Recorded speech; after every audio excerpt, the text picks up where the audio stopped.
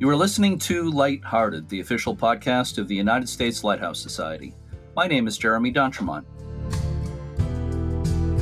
Welcome.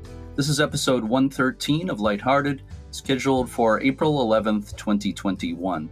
We'll be talking today about Souter Lighthouse, one of the most beautiful locations on the northeast coast of England. And later we'll also be talking about Pomham Rocks Lighthouse back on this side of the Atlantic in East Providence, Rhode Island. Both Suitor and Pomham Rocks are celebrating their 150th anniversaries this year.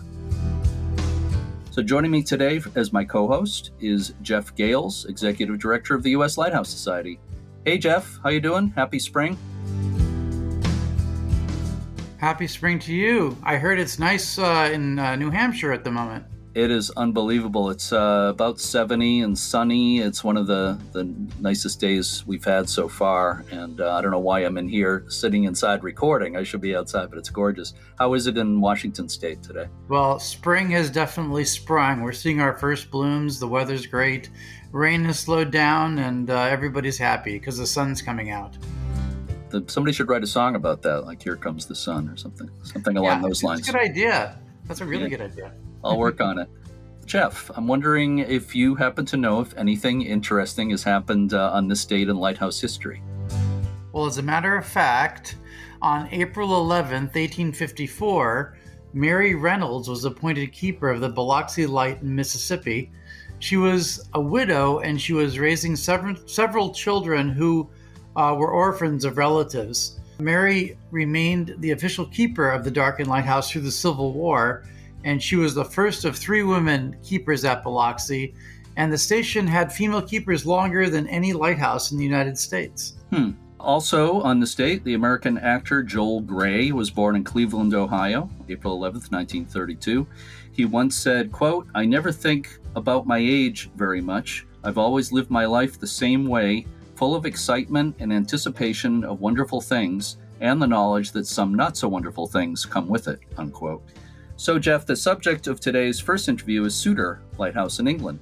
You and I visited there in the summer of 2017 during the U.S. Lighthouse Society's tour of England and Scotland. What do you remember most about visiting there?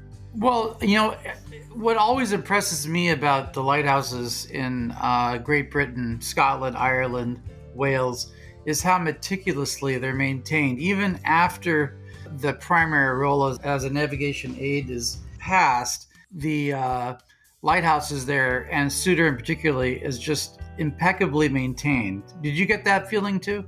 Absolutely, yeah. In this case, it's the National Trust that takes care of it, and that's talked about in the interview that's coming up here. But they absolutely do a tremendous job. Nice little museum there too, with a beautiful first order lens on display, as I remember. Yeah, absolutely. They do a great job there, and there's some lighthouses that need work still, but the National Trust really does their job with preserving England's and Great Britain's landmarks, that's for sure. Yeah, and when I think about the day we were there, I remember it was raining a little bit off and on, but it was still not bad out. But I remember walking around the perimeter of the lighthouse property with our mutual friend Eleanor Dwyer. Got some nice views of the lighthouse from the edge of the property. But the thing I remember most is the foghorn, the diaphone horn at Souter, which again will be talked about in our interview. But talk about heavy bass. Do you remember that? Again, kind of. I remember one kid of a lighthouse keeper saying that when his father would sound the foghorn, he felt like he was going to sink down into his shoes. That's how I felt when I heard that horn, and it's pretty impressive. And I'm gonna surprise you with a sound here. Just hang on here. Let me play this for you.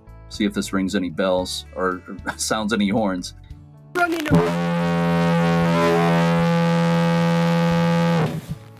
Let's pacemaker stop. My heart stopped.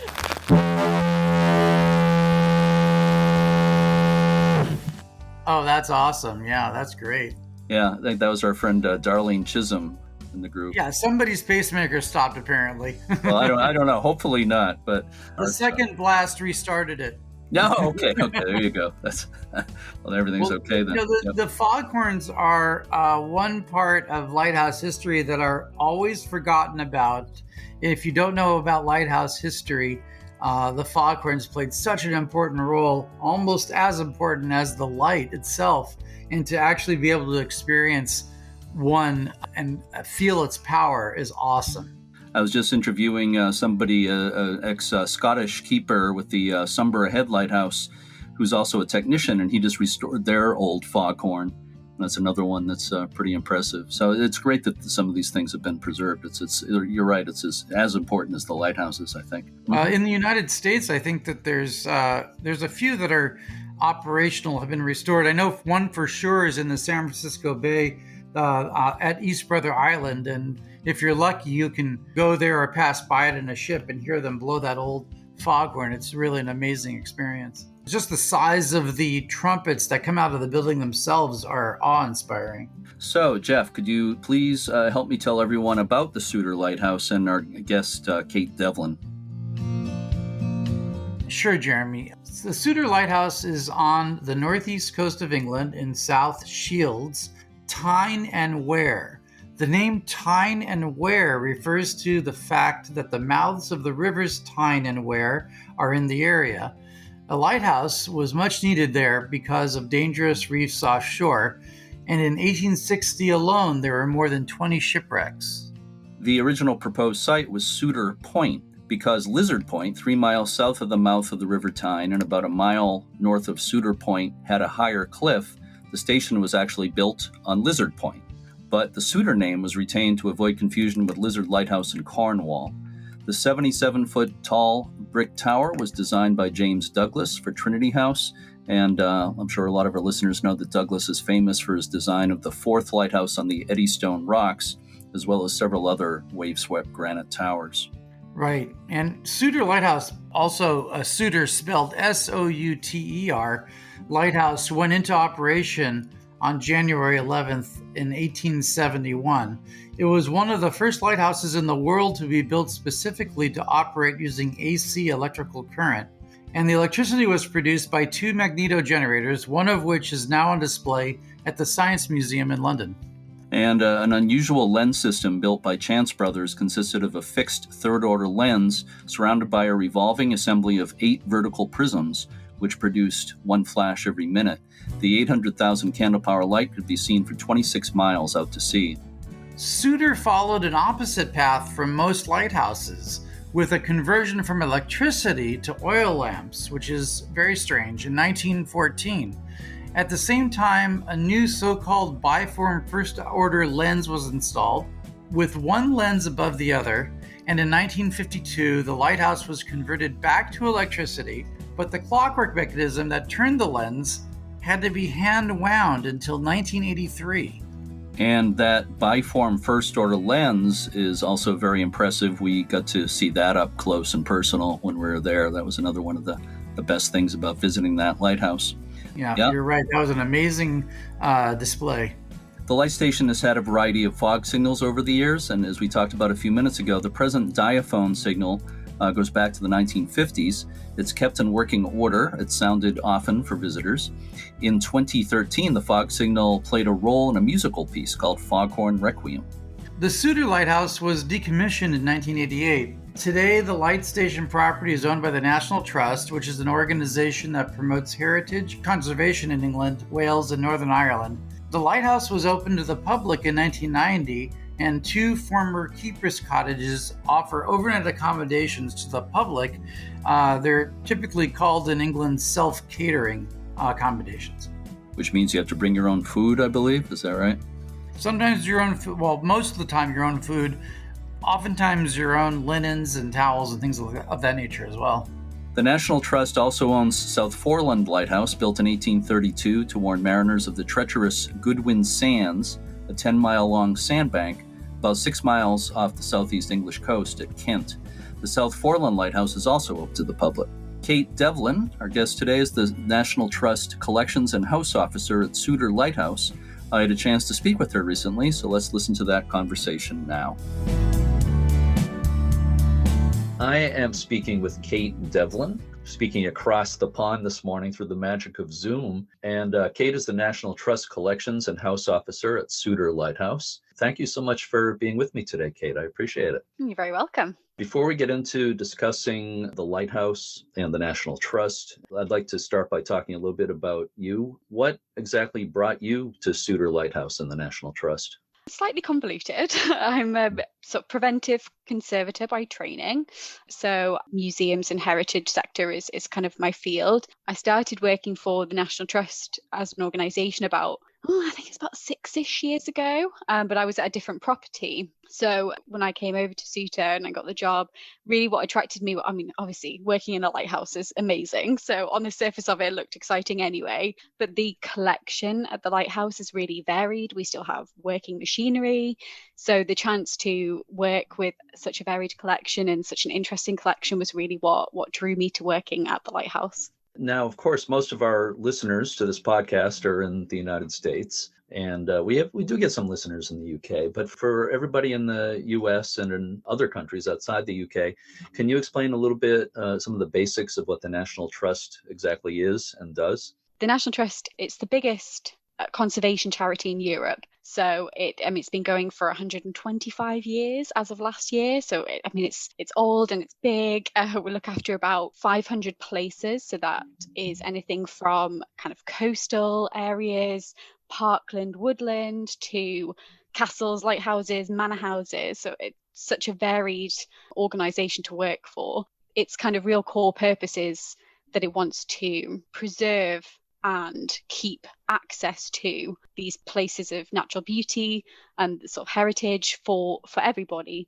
So it's kind of it's a charity, but it's working to keep those things well looked after for eternity, I guess. A few minutes ago, before we started, I was talking to my wife, mentioning to her what I was doing this morning, that I was interviewing you. I mentioned the National Trust, and she said, "Isn't that mentioned in a Beatles song?" And I couldn't remember what Beatles song it is, so I Googled it, and it was "Happiness is a Warm Gun." There's something about donating something to the National Trust.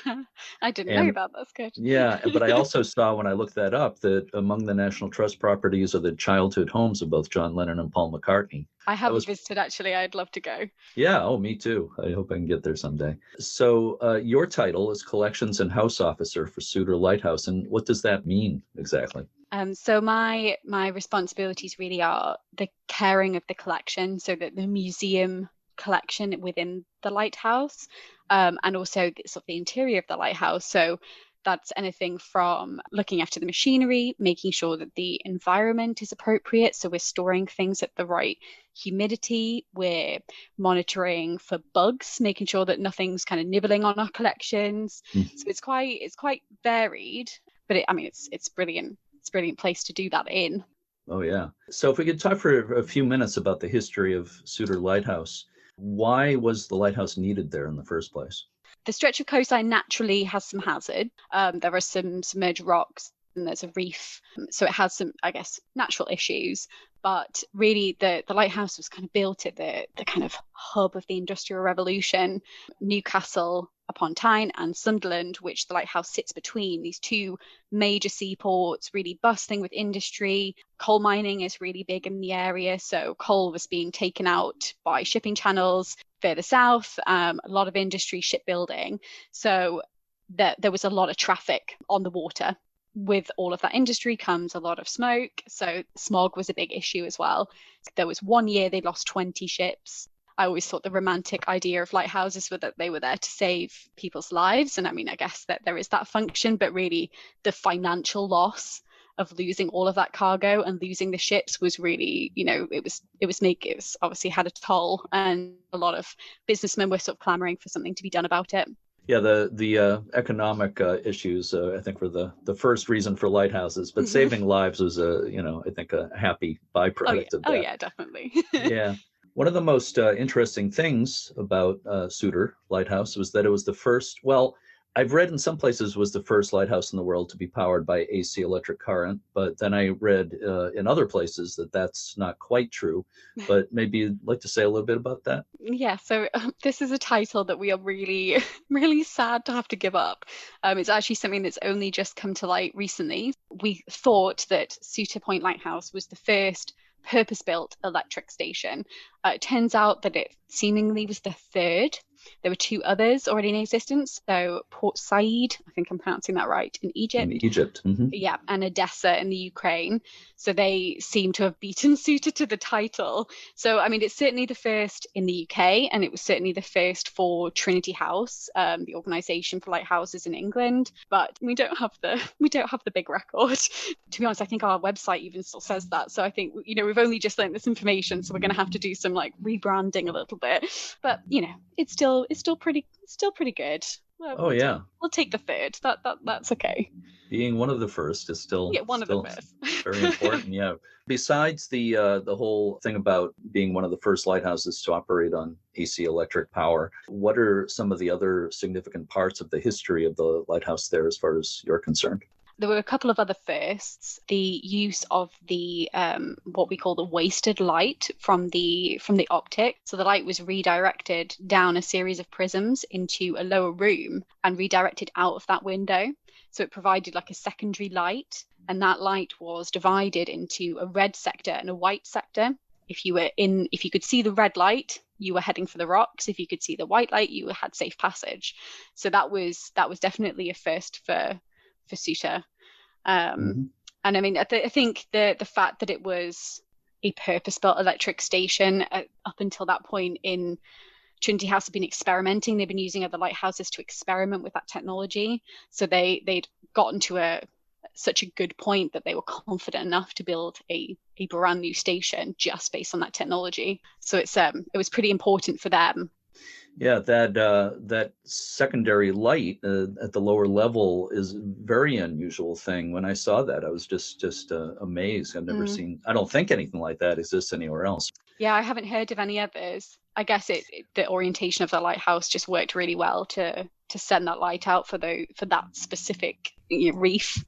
And what about the human history of the light station there? Is there anything particular about the keepers and families that live there? That for me is certainly the thing that really gets me really excited about the history of the lighthouse. And it's actually something that is harder to find, because I guess the records and the archives were really about how the lighthouse operated. The people weren't kind of central to that documentation. So when we get those little snippets of information about past keepers and past keepers' families, it's just fantastic. There is a fantastic story. So I think he must have been quite a young keeper called Robert Darling, and he fell asleep on duty and the light went out. So this, as far as I understand, was pretty much an instant dismissal sort of scenario. But the inspector stood up for him. He kind of put a good word in. He didn't lose his job, but he lost his electric station bonus, which the Souter light keepers would get a little bonus on their salary because it was considered a more sort of important technical station to work at. So he lost a bit of money, but he kept his job. He became principal keeper for Suitor, so he stayed there for the rest of his career. So he did very well, because I think others were fired. Robert Darling was related to the famous Grace Darling, right? Yes, he was. So he was her nephew. I do wonder if that had something to do with it, a big light keeper like family and the nephew of the famous Grace Darling. So I do wonder if that had an impact. Well, it might have been bad publicity for Trinity House to fire a relation her nephew. One of the most famous women in the world. So is there anything else about the human history that's interesting? Well, I think something that we are trying to kind of bring out more, we've recently done an oral history project, predominantly about the village that was no longer is there, but it was next to the lighthouse. And that oral history project has brought out sort of anecdotal stories of the lighthouse, and we actually got a lighthouse keeper's wife part of the project as well. So we have some really lovely stories that we are trying to sort of bring to life in the lighthouse at the moment. So that's been fantastic. Another really interesting thing about that lighthouse is the lens, or I don't know if I should say lens or lenses, but we have nothing remotely like that in the US. Can you tell me about the lens? Yeah, of course. So it's the second lens that went in. It was put in 1915. Prior to that had been a third order lens. So the current optic that it's in the lighthouse is a first order. So it's the biggest, and it has the furthest distance to shine this light. The optic it's a biform, so there are actually two lights, and it has a red color. red filter inside. I think that something actually to mention, the first optic, it was another first, I believe, that the optic was expanded to the diameter of the entire turntable, which meant that the light keepers could get inside while it was moving, while it was working, and do any sort of, I guess, emergency maintenance to the light while it was operating. So that was continued into the second optic. So you can climb inside it. There are two little ladders inside, sort of cast iron kind of gangway around the light, and it's very cramped. I'm only 5'2", and it's pretty cramped for me. So it would not be uncomfortable, and it makes if it's moving, it makes you feel incredibly sick. So I don't envy them that task. I assume it was really just for emergencies, but it's massive. It's 4.5 tons. It sits on a bed of 1.5 tons of mercury in the trough. It's massive. It sure is. It was extremely impressive. And all of us on the tour with the U.S. Lighthouse Society were just kind of blown away by that lens. And I took some video of it that I think I'll post a little clip when I post this episode of the podcast on the Lighthouse Society news blog. Jumping ahead to present day, the 150th anniversary of Suitor's first lighting was we're speaking in what's today, February 9th. So about a month ago, January 8th, was the actual 150th anniversary of the first lighting. Am I correct when I say that? Is that right? Yes, it was actually the 11th, January the 11th. Oh, okay. A couple of days out, but yes, 150 years. Was there a special event to observe the anniversary? Unfortunately, not this year. It fell foul of the pandemic, and we were hoping to do something. We knew we would still be in a form of national lockdown, but we didn't know, we were hoping that we might be able to do some sort of celebration, even if it was just showing the light and sort of posting on social media and trying to get people engaged. But because our national restrictions increased come January, it wasn't worth it. We didn't want to put anybody at risk. We're calling it our 150th birthday year, and we are hoping that later in the year, when we are able to open and we're able to do something safely, we can do a celebration and make up for it. I sure hope so. Of course, the pandemic has ruined a lot of things in both our countries. Through things like Zoom and Skype, are able to still do some things, but it's not the same as visiting in person, of course. Let me ask you, before you said Souter Point Lighthouse, which is the correct way to refer to it? Souter Lighthouse or Souter Point Lighthouse? It's very confusing. So both are technically right. I actually only learned this today because we've used them interchangeably as sort of a staff and volunteer base. But it was originally Souter Point Lighthouse, and it later officially became Souter Lighthouse. So they dropped the point for whatever reason. So I think, you see in records and things, it's kind of interchanged. It obviously depends. I don't know when it was that they dropped the point. So we tend to use a bit of both. Okay, that explains that. In a normal year, not currently and not for a while now, but in a normal year, what can people expect when they visit Souter Lighthouse? You really see most of the core aspects of the lighthouse. So you visit the engine room. We've got some interpretation spaces, which hopefully sort of bring some of those sort of hidden stories to life. We have a lightkeeper's cottage, which at the moment is displayed as a sort of Victorian cottage to give you a sense of the sort of 19th century station. And then you can also go up the lighthouse and see the optic and see the view from the top. If you come on a specific day, watch the website. If you do visit, you can also hear the foghorn being sounded. So we demonstrate that, but approximately once a week. Yeah. Oh, that fog signal, diaphone foghorn is, talk about impressive. I've never heard. I've heard a distant diaphone horn before, but not as close as I was to this. And all of us on this U.S. Lighthouse Society tour were grouped in that grassy area, between the lighthouse and horn, right? And it goes right through you, right? Yeah, and it's through very down rattling. through your head and down through your feet, and it's incredible. Bone rattling is a really good way to put it. And as you mentioned, it is blasted occasionally for visitors. Did you say it's a regular schedule for that, or is it just... So we normally, it's one of our volunteers operates it for us and demonstrates it. Best checking the website. It will tend to be a regular day, so say a Sunday, but that could change depending on what that volunteer would like to do for the next season. So it's always best to check the website, and if there isn't any information on there are phone number and email address. So just get in touch with the staff staff and will tell you when it's next due to be sounded. Well, it was incredible, and there's a lot of good reasons to visit that light station. And also, I got to say, I was so impressed by the condition of the buildings. We had time to walk around the grounds. I kind of walked around the perimeter for different views of the lighthouse, and it was just a really pleasant place to visit. It's a lovely area, and the National Trust also manages a 3-mile stretch of coastline which runs either side of the lighthouse, so that if it, for nature and lovers of the outside, it's lovely. The views are incredible, and it's a real cliff top stretch, and that's looked after by some of our ranger staff based at the lighthouse. So if you get a good day, or even to get a windy day, it feels quite wild and pretty special anyway. But it's also worth a nice little stroll and a walk. And we have a cafe, so you can warm yourself up afterwards with a cup of tea. That's always good. The day we were there, I think the weather was mostly good, but I think we got a sprinkle around the time we heard the foghorn. But also, one more thing, speaking of the foghorn, I was reading in a few articles online that the horn actually played a role in a musical piece. Could you tell me a little bit about that? Yeah, so this is before my time, so I only have secondhand information to pass on. It was in 2013, I believe, and it was kind of an art piece, and the National Trust joined forces with the local district council, South Shields Council, to fund this art installation, I guess. And there was a band. They composed a piece of music specifically for this, and it was performed by a brass band on the cliff top. And ships gathered out at sea and had musical parts within the composition. So they played their foghorns in time with the music, and then the piece ended with a blast from Suitor's horn, which I think made all the children cry by all accounts. So it's quite loud. So apparently it was fantastic. It was a great thing to be part of. Yeah, I'm sure it was. So I believe you have volunteers on the site there. And if so, can you tell me a little bit about what volunteers do there?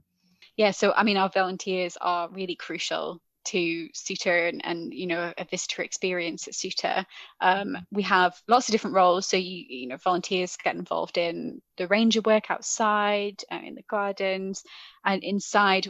As a visitor, you'll be probably most impacted by our visitor experience volunteers, who are there to sort of engage you with the collections and with the history of the lighthouse. They're incredibly knowledgeable. And we also have a team who work on kind of my behind the scenes area. Some are ex-engineering types who help look after and maintain the machinery, and also sort of collections care, conservation side of things as well. So we have a lot of volunteers, and they're fantastic. They help us keep Suitor the amazing place it is, really.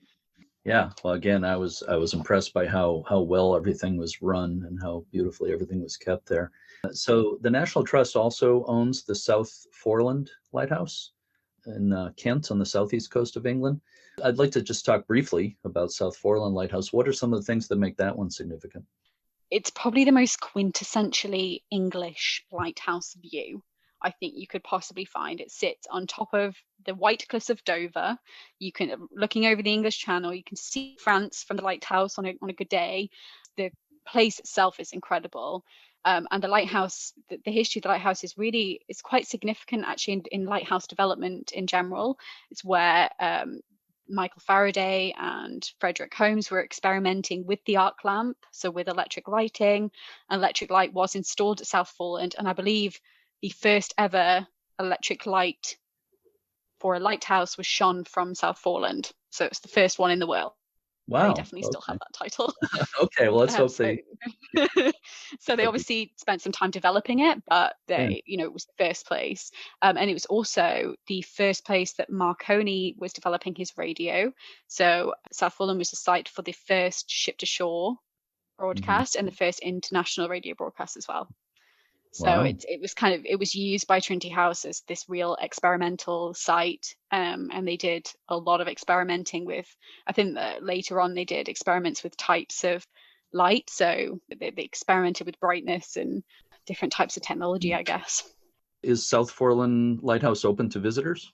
On a normal year, yes. Obviously, at the moment it isn't, but the landscape itself is really beautiful. So the National Trust manage a section of that coastline, so there's lovely walks for nature lovers again. And the lighthouse, you can visit inside. They have a cafe. and you can go up the lighthouse and look at the view. And they have some fantastic volunteers there who, like Suitor's volunteers, really help you understand and engage with that history. So it's definitely worth a visit. I haven't been to that part of England. I'd really like to get there. Hope I can make it back. Yeah, I went a couple of years ago, and I was really impressed. It's really lovely. Yeah, sounds like it. I have two final questions related to Souter Lighthouse. It's kind of a general question here. What do you think Souter Lighthouse means to the local area and to England as a whole? That's a really good question. I think to local people, it's a real landmark. It's a landmark that represents our shields, and it's really iconic visually.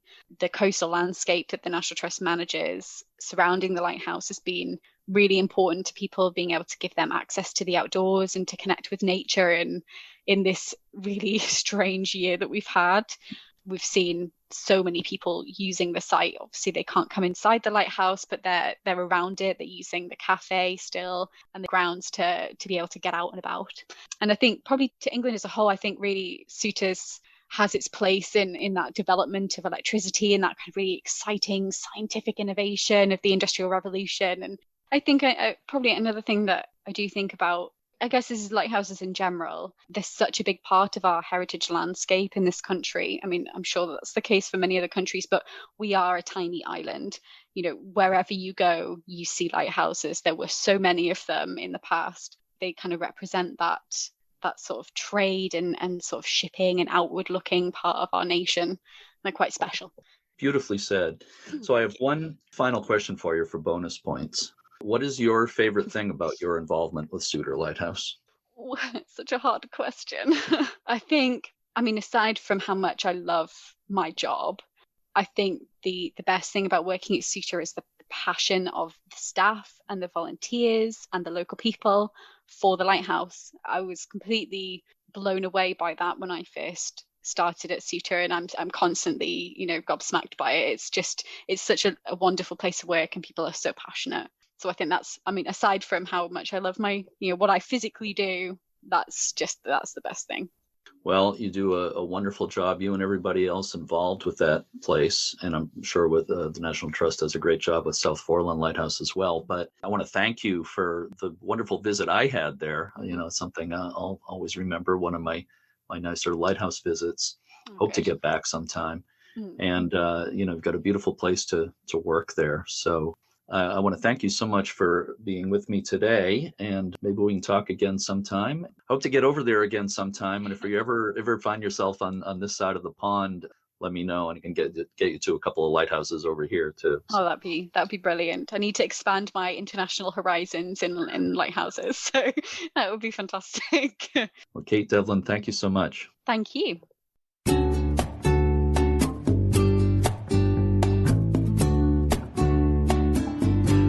So we are coming back to the U.S. now to talk a bit about the Pomham Rocks Lighthouse in East Providence, Rhode Island. And let me just say, Pom-Ham is kind of the traditional pronunciation. It's named for an Indian sachem there. But a lot of people say Pomham, and I would say that they're both probably equally correct, Pomham or Pomham. Anyway, it's in East Providence on the Providence River, and the lighthouse there is celebrating its 150th anniversary this year. It was first lighted on December 1st, 1871. Right. The lighthouse was discontinued in 1974 and was replaced by an automatic light on a skeleton tower. So sad. The property was owned by ExxonMobil for many years, and they leased the property to the American Lighthouse Foundation in 2005, and since 2010, it's been owned by the foundation. The Friends of Pomham Rocks Lighthouse, a chapter of the American Lighthouse Foundation, works for the preservation of the historic light. Yeah, and by the way, you probably know there was a happy ending to that story. The light was removed from the lighthouse, but some years later it was put back on the lighthouse, thanks to the Friends and the American Lighthouse Foundation. So it is a working aid to navigation again. Yeah, the Friends of Pomham Rocks have done an amazing job with that lighthouse. It is absolutely beautiful. It's one of the prettiest lighthouses around. Dennis Tardif, who was one of the last Coast Guard keepers at Pomham Rocks, is now the president of the Friends Group. He was interviewed for this podcast in episode 70. The Friends of Pomham Rocks Lighthouse have completed extensive restoration of the exterior and, more recently, the interior of the lighthouse in the past 15 years. And they have a variety of events planned this year for the 150th anniversary. I recently spoke with volunteer Judianne Point about the group's plans. So let's listen to my conversation with Judianne now. I'm speaking today with Judianne Point, who is a volunteer for the Friends of Pomham Rocks Lighthouse in Rhode Island. Thank you so much for joining me today, Judianne. It is such a pleasure to be here, Jeremy. I think my husband and I have heard every single one of your podcasts, so it's great to be a part of one. Oh, that's so nice to hear. And you were actually in an episode of the podcast quite a while ago talking about volunteering. So it's Right. This is a step above, and I'm loving it. Great. Well, thank you again. Over the years, I've heard the name of the island and lighthouse pronounced two different ways, Pomham or Pom-Ham. So where do you come down on that controversy?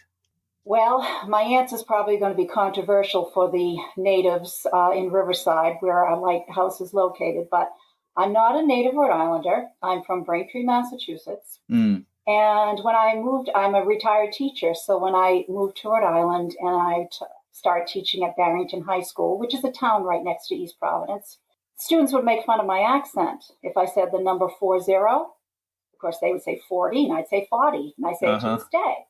So growing up on the South Shore, I had towns surrounding me like Hingham and Dedham. I didn't say Hingham and Dedham. Right. So naturally, when I saw how this lighthouse was written, I defaulted to Pomham. Sure. So I say Pomham. People in Riverside say Pom-Ham, but I believe you can say either or either. Yeah. They both work. That's pretty much how I look at it these days. I interviewed Dennis Tardif, the president of your organization, some time ago for the podcast, and he went more for Pom-Ham, but I probably hear Pomham more often. I think either is correct. You mentioned Massachusetts. Interestingly, on Cape Cod, you've got Chatham, but you also have Eastham, and people there do pronounce it Eastham. Exactly. So, yeah, it's crazy, Yeah. Moving on here. So people are going to be hearing this on April 11th. We're speaking a little bit before that on April 2nd. And I understand you just had a photography and art contest. It just ended. Yes. What can you tell me about that? Well, I can give you a few details because I know one of the reasons that my husband and I listen to your podcast is to get ideas for our lighthouse. So hopefully some of the things I say today will give other people some ideas as well. The person from our board that put this art and photo contest together was Louise Piva. And she told me there were 48 entries. 48 entries from 29 different people for the photo contest. And these are entries from amateur and professional photographers. There's views from like every angle, from the bike path, because the East Bay bike path runs right along. You get great views of the lighthouse from there. There are views from the Providence River. There's drone views, distance, close-ups, sunsets, moonlight, you name it. We got quite a few entries for that. Then there were 9 entries from 7 different people in the visual arts. There were pastels, watercolors, acrylic, and gouache. I never knew what gouache was, but I looked it up so I'd sound smart for this podcast. It's actually an opaque type of watercolor. And they're all different depictions of the lighthouse. So I'm going to be one of the judges. I'm really excited about that. We've got 5 judges that are going to be looking at them. One is a professional photographer. Another one is a professional illustrator who also happens to be one of our board members, Anne Green. And she's actually a medical illustrator professionally. She designed our logo for the 150th, and she also designed the passport stamp, the brand new passport stamp, the USLHS. So anyone out there who is collecting these, you got to get a copy of Anne's. We have a retired public relations and marketing professional. That is Louise, who's also on our board. She's just been amazing with sponsorship and just putting the word out there for us. Another board member, our Facebook page editor, Carlene Joyner. She's also with the East Providence Chamber of Commerce to keep us up to date. And then the chair of the 150th committee is also on that committee. And yes, that's me. So we're going to be looking at all of this artwork, and we're evaluating it on creativity, the visual impact, technical excellence, and as well as how we can use it, for instance, on our merchandise. First place winners will get a 1-year family membership in the Friends of Pomham Rocks Lighthouse, and honorable mention will get a boat trip and a tour of the lighthouse. So the entries are going to be displayed in our gift shop, which we're turning the original oil room into our little gift shop there. And there'll be a special 150th anniversary display at East Providence City Hall. There'll be a selection of photos. The selection of photos submitted are also going to go into a 2022 calendar for the Friends of Pomham Rocks Lighthouse, and we'll put it on merchandise such as postcards, note cards, and things like that to go into the gift shop. So we're really trying to get a lot of mileage out of this contest, and that's why we're excited that, it generated the enthusiasm that it did. Yeah, well, that's great. That sounds like it was all really, really thought out, and Louise is very thorough, for sure. That's great. Congratulations on doing that. Sounds like it was a big success. And there's also a Lighthouse Run coming up later this month. So what's that all about? Okay, that's going to be on April 24th, and I am the race director. I've never done this before in my life, so it's a lot of work, but I'm having a lot of fun. We were wondering back in August when we started planning the 150th celebrations, what are we going to do? Our main focus was community awareness. How are we going to get people to know about us? Because there are people in East Providence who may have never even seen Pomham Rocks, because it's really tough to see from the shore unless you live right there, or if you're on the water, or if you live on the West Bay. You have a great view from the bike path, but if you're not there, you don't know about it. So we wanted community awareness. We also wanted to have something, to kick it off where it would attract a younger crowd, get some younger members in there. As you know, one of vice chairman of our board, Alex Dias, he's in his 20s, which is great. He's actually running in the race. And his brother Adam's a couple years younger. He's our newsletter person. We want to get more people, 20s, 30s, 40s, who can join, become members, and also stick with us, to carry this tradition on. So we were trying to think, what can we do? We have the bike path right there. Could we do a bike race? Could we do a running race? So someone put me in touch with Rhode Races and Events, and that's RHODE. And the two women that run that are Susan Rancourt and Karen Zions.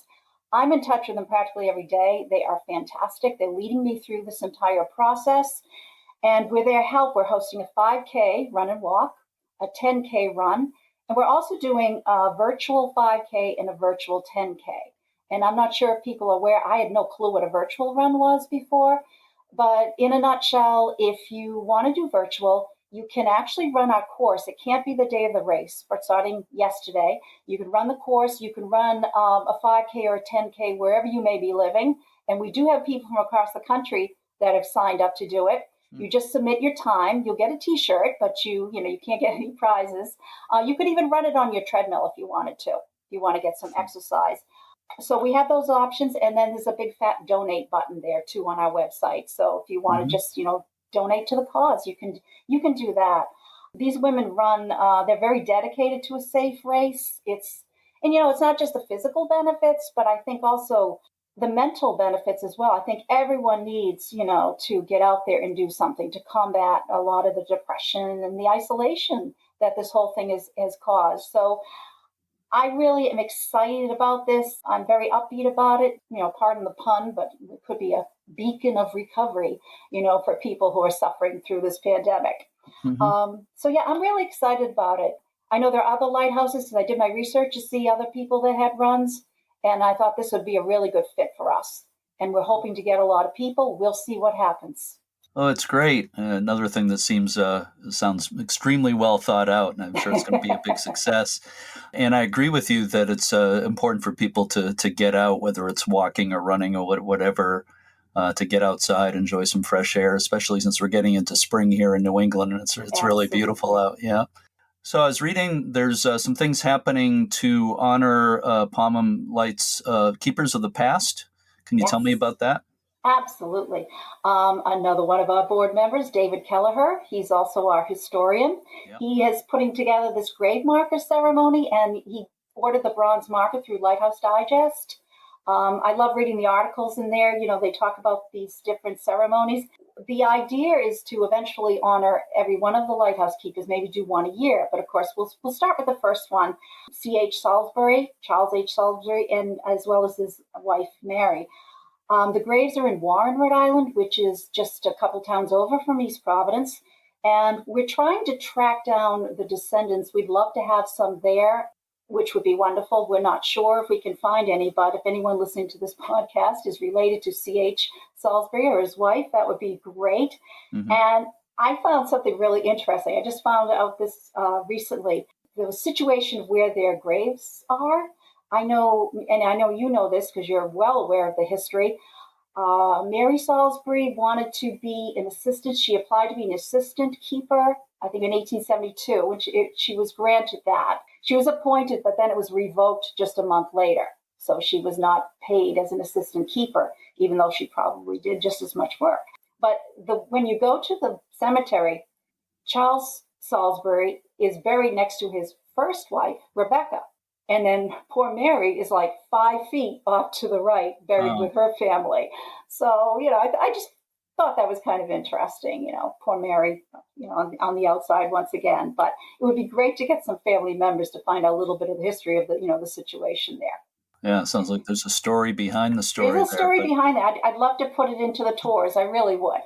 But, we'll try to it'll be a small ceremony.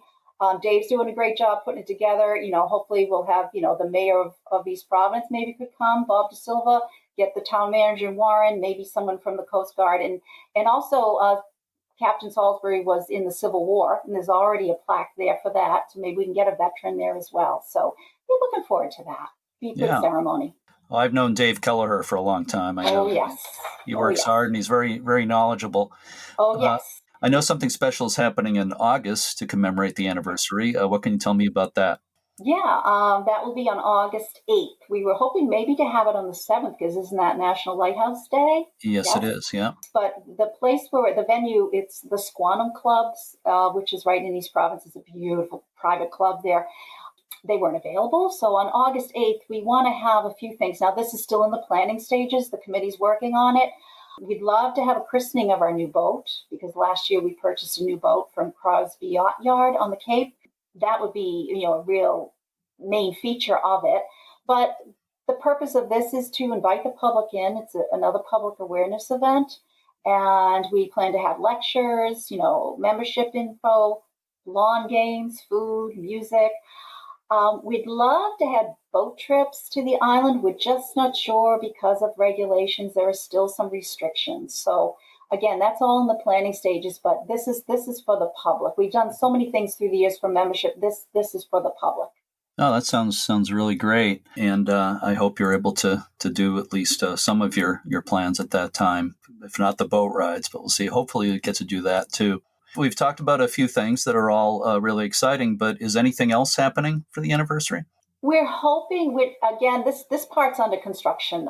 We'd like to do something on December 1st, because that is the actual anniversary of the first lighting. It was December 1st, 1871. Mm-hmm. And I believe at that time it was a fixed white, but we now have a fixed red light. So we're thinking, maybe some type of ceremonial, lighting ceremony. We're working on that one right there. Sure. And we'll see how many people we can have. We're searching for a venue. Do we want to have it membership? We'd love to have it public. Again, the regulations and everything, we're waiting and seeing on that.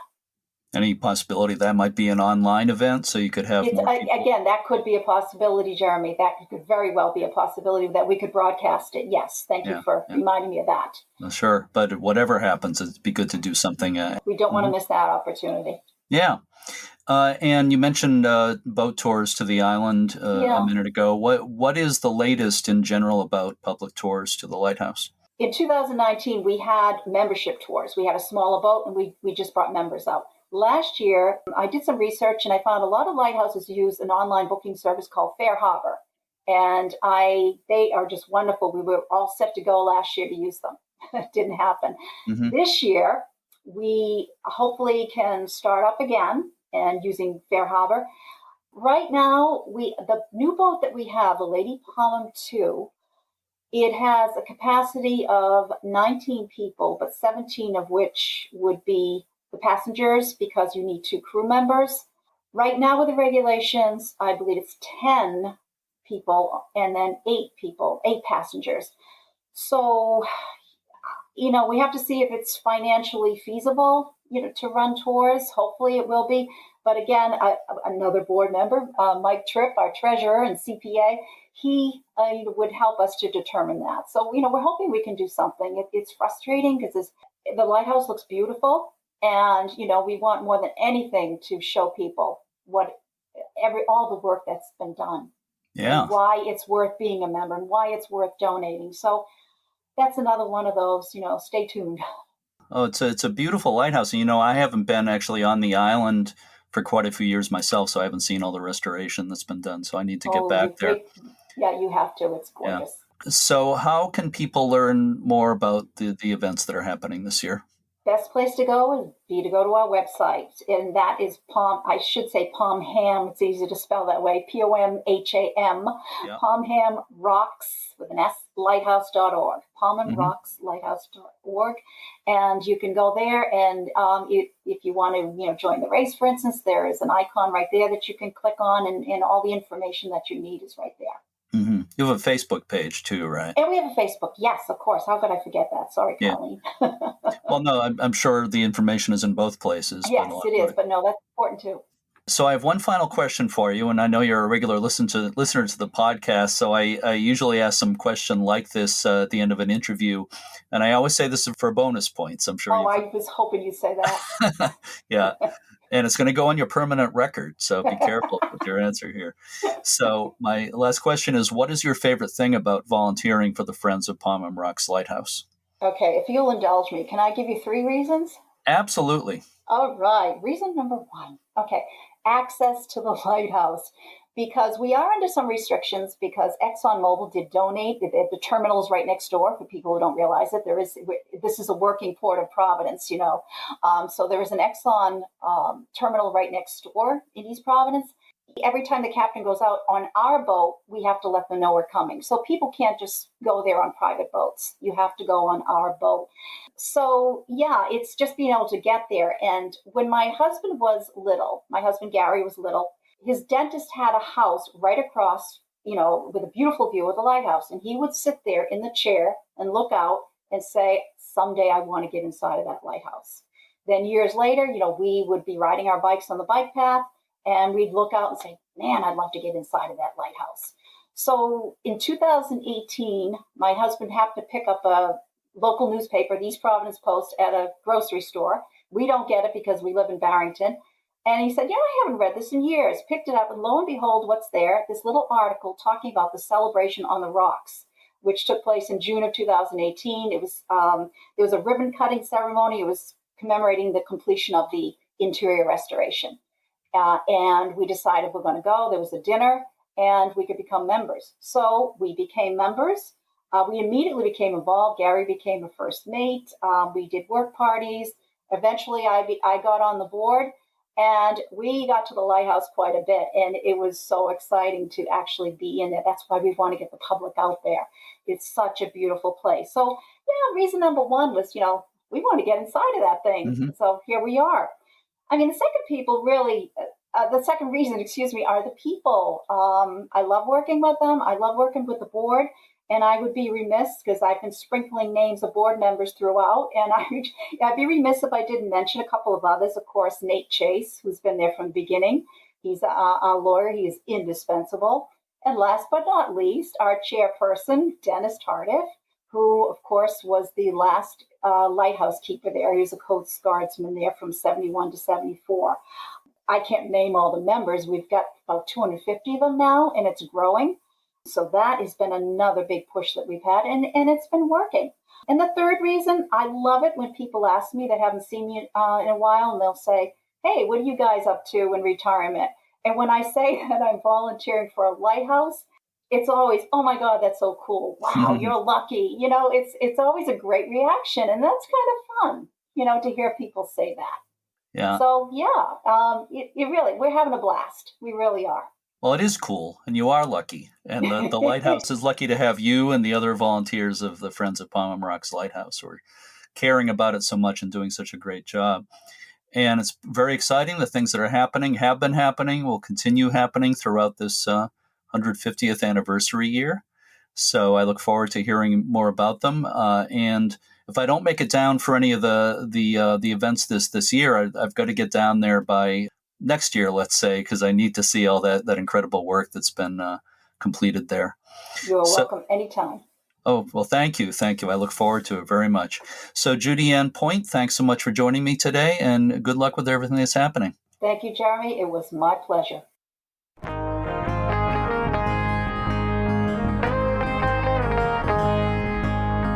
Thanks again to today's guests, Kate Devlin of England's National Trust and the Souter Lighthouse, and Judianne Point of the Friends of Pomham Rocks Lighthouse in Rhode Island.